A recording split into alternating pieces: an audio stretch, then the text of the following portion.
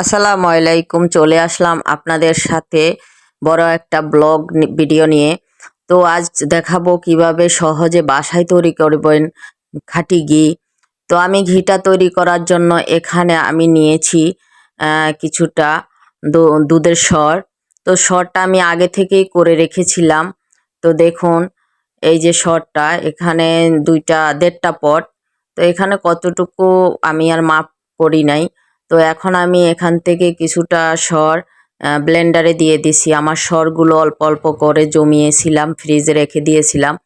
তো এখন এগুলোকে আমি এভাবে করে ব্লেন্ডার থেকে পানির ভিতরে দিয়ে দিচ্ছি। তো দেখুন, আমি সম্পূর্ণগুলো পানিতে দিয়ে দিচ্ছি। তো পানিতে দিয়ে বারে বারে আমি 3বারে ধুয়ে নেব। তো এভাবে করে যে এখন উঠিয়ে নিচ্ছি, নিয়ে আবার একটু পানিতে, পরিষ্কার পানিতে দিয়ে দিচ্ছি। তো এভাবে পরিষ্কার পানিতে দেওয়ার ফলে আপনার যে দুধটা থাকে ওইটা চলে যাবে, ঘিটা উপরে ভেসে উঠবে। আর যদি পানিটা গরম থাকে তাহলে গলে যাবে। আপনারা যদি বেশি একটু গরম হয় তাহলে পানির সাথে একটু বরফ মিলিয়ে নেবেন, তাহলে আরও সুন্দর ঘিটা জমবে। তো আমি এভাবে করে 3বারে ধুয়ে নিচ্ছি। দেখুন, আমি 2বার ধুয়ে নিচ্ছি, কতটা লেগে লেগে গেছে। তো এখন আমি আবার ধোবো, এখান থেকে উঠিয়ে আবার নেব। আর একবার ধুইলে আমার ঘিটা ধোয়া হয়ে যাবে। তো এইভাবে করে আমি পরিষ্কার বাটিতে নিয়েছি। দেখুন, দ্বিতীয়বারে হালকা হয়ে গেছে পানিটা, রং। তো এখন আমি 3বারে দিচ্ছি। তো দেখুন, একেবারে জমে গেছে, একসাথে একেবারে পুরোপুরি জমে গেছে। তো এবার আমি ছেঁকে একটা কড়াইতে দিয়ে দেব। তো সে পর্যন্ত আপনারা দেখতে থাকুন ভিডিওটা, আর ধৈর্য ধরে ভিডিওটা দেখতে হবে। যদি আপনারা ঘরোয়া পরিবেশে এটা শিখতে চান তাহলে আমার সাথে থাকবেন।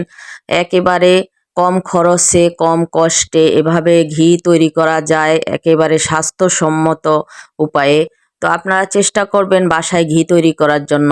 তো দেখুন, আমি উঠিয়ে এখন কড়াইতে দিয়ে দিচ্ছি। একটা কড়াই গ্যাসের উপর দিয়ে আমি বসিয়ে দিলাম। এটার সাথে আর কিছুই যাবে না। আমি খুব পানিটা সেকে আস্তে আস্তে উঠিয়ে দিয়ে দিচ্ছি। তো এটা থেকে এখন তেল বেরিয়ে আসবে, তবে একটু ধৈর্য সহকারে ঘিটা তৈরি করতে হয়।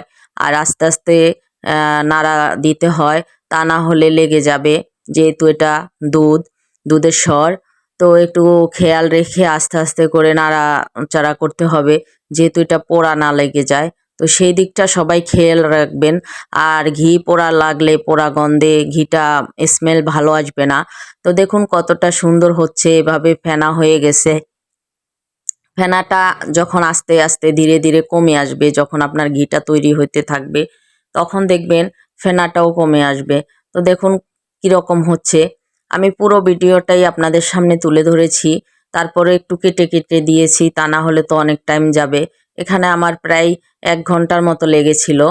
তো দেখুন কত সুন্দর এখন তেল উঠে গেছে। তো এখন যতটা তেল উঠে যাবে ক্রমশ এটা একেবারে পুরোপুরি পুড়ে যাবে, মানে এটা কমে যাবে। তো এখন নিচেরটাকে আমরা প্যারা বলি, আপনারা কি বলেন আমি সেটা জানি না, আমাকে কমেন্টে জানাবেন। আর এটা খেতে খুবই মজা হয়। তো এইভাবে করে পানিটা টানা অবধি ঘিয়ের যতটা সুন্দর এই যে কালার চলে আসে, এত টাইম অপেক্ষা করতে হবে। এরপরে আপনি এইভাবে করে একটু ছেঁকে নেবেন। তো দেখুন আমার একেবারে পিওর ঘি তৈরি হয়ে গেল, কতটা সুন্দর হয়েছে। আর আমি এটাকে একটু ঠান্ডা করে নিয়ে, তো এটা আমি এখন কাচের বয়ামে নেব। তো এখানে আমি নিয়েছি কপির 2টা জার। তো আপনারা এইভাবে সংরক্ষণ করে রেখে দিতে পারবেন, দীর্ঘদিন খেতে পারবেন।